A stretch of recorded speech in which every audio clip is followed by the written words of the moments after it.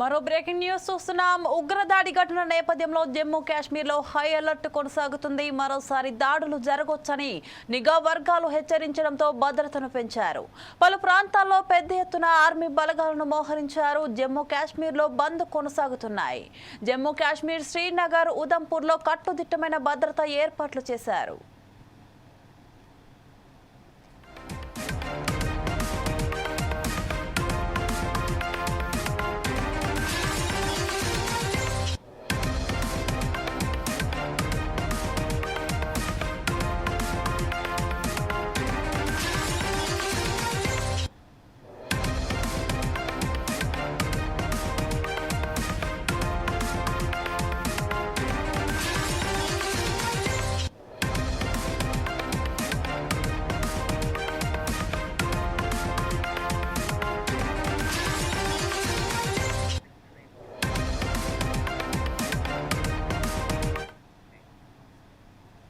ఉగ్రదాడి ఘటన నేపథ్యంలో జమ్మూ కాశ్మీర్లో హై అలర్ట్ కొనసాగుతుంది. మరోసారి దాడులు జరగొచ్చని నిఘా వర్గాలు హెచ్చరించడంతో భద్రతను పెంచారు.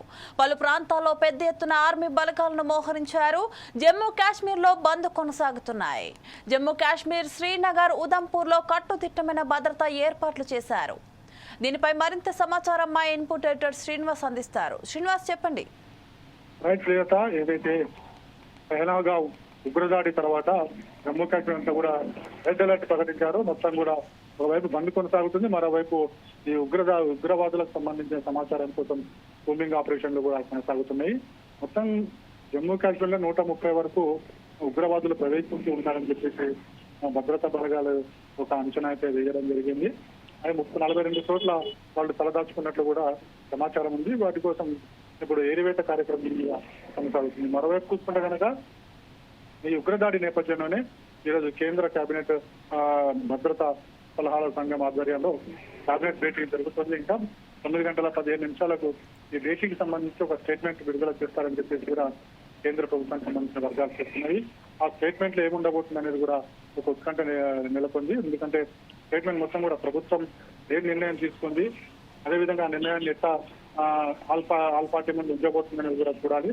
ఎందుకంటే రాజ్నాథ్ సింగ్ మాట్లాడుతూ ప్రపంచంలో ఊహించని విధంగా పరిణామాలు ఉండబోతున్నాయి, ఆశ్చర్య పొందే రీతిలో తమ ఆపరేషన్ కొనసాగుతుంది అని చెప్పేసి ఆయన చెప్పడం జరిగింది. అదేవిధంగా ఖచ్చితంగా త్వరలోనే దీనికి సంబంధించిన ప్రతీకారం కూడా ఉండబోతుందని స్పష్టం చేయడం జరిగింది. సో ఈ నేపథ్యంలో కేంద్ర కేబినెట్ సమావేశం కావడము, అదేవిధంగా ఆల్ పార్టీ మీటింగ్ పెట్టడం అన్ని అంశాలన్నీ చూసుకుంటే కనుక కేంద్రం ఏదో చెయ్యబోతుందని మాత్రము అర్థమవుతుంది. అది ఏంటన్నది కూడా చూడాల్సిన అవసరం ఉంది.